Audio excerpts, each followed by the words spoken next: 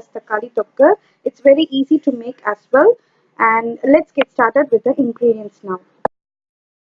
So here I've taken 3 medium size onion and I've chopped them finely, and also I've taken 3 medium size tomatoes, and I'm going to blend these tomatoes. So I've cut them into big chunks. So now I'm going to blend this tomato. So I've just blended the tomatoes.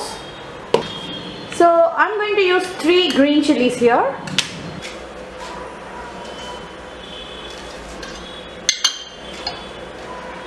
So I'm using refined oil here. So I'm going to take about 3 tablespoons of refined oil and let them heat. So now the oil is hot enough.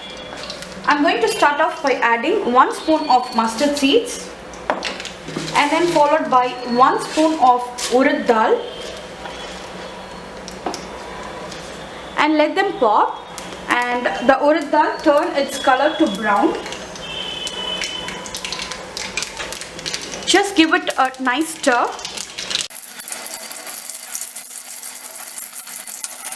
So now the urad dal turned its color to brown. I'm going to add in the curry leaves.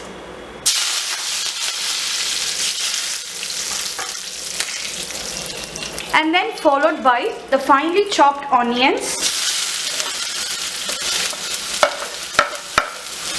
And then the slitted green chilies.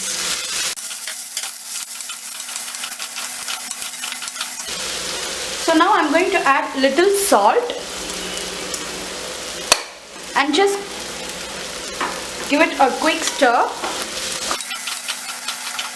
And I'm going to close the lid and cook this for about 5 minutes or until the onions are nicely softened. So it's been 5 minutes. So the onions are nicely softened. And now it's time to add in the tomato puree.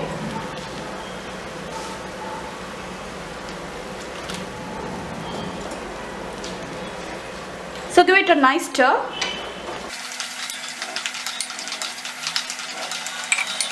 And keep the flame on medium and close the lid and cook it for again 5 more minutes. So now the tomatoes are nicely cooked. Now we can add the dry masalas. So starting off, I'm going to add about 2 spoons of Kashmiri chili powder and then 1 spoon of plain chili powder, and then followed by 1 spoon of pepper powder, 1 spoon of cumin powder, and then half a spoon of turmeric powder. And then nicely mix it all together. So now at this stage, I'm going to add about half a cup of water here. So this is the container which I blended my tomatoes. So I've just added half a cup of water, giving it a good stir.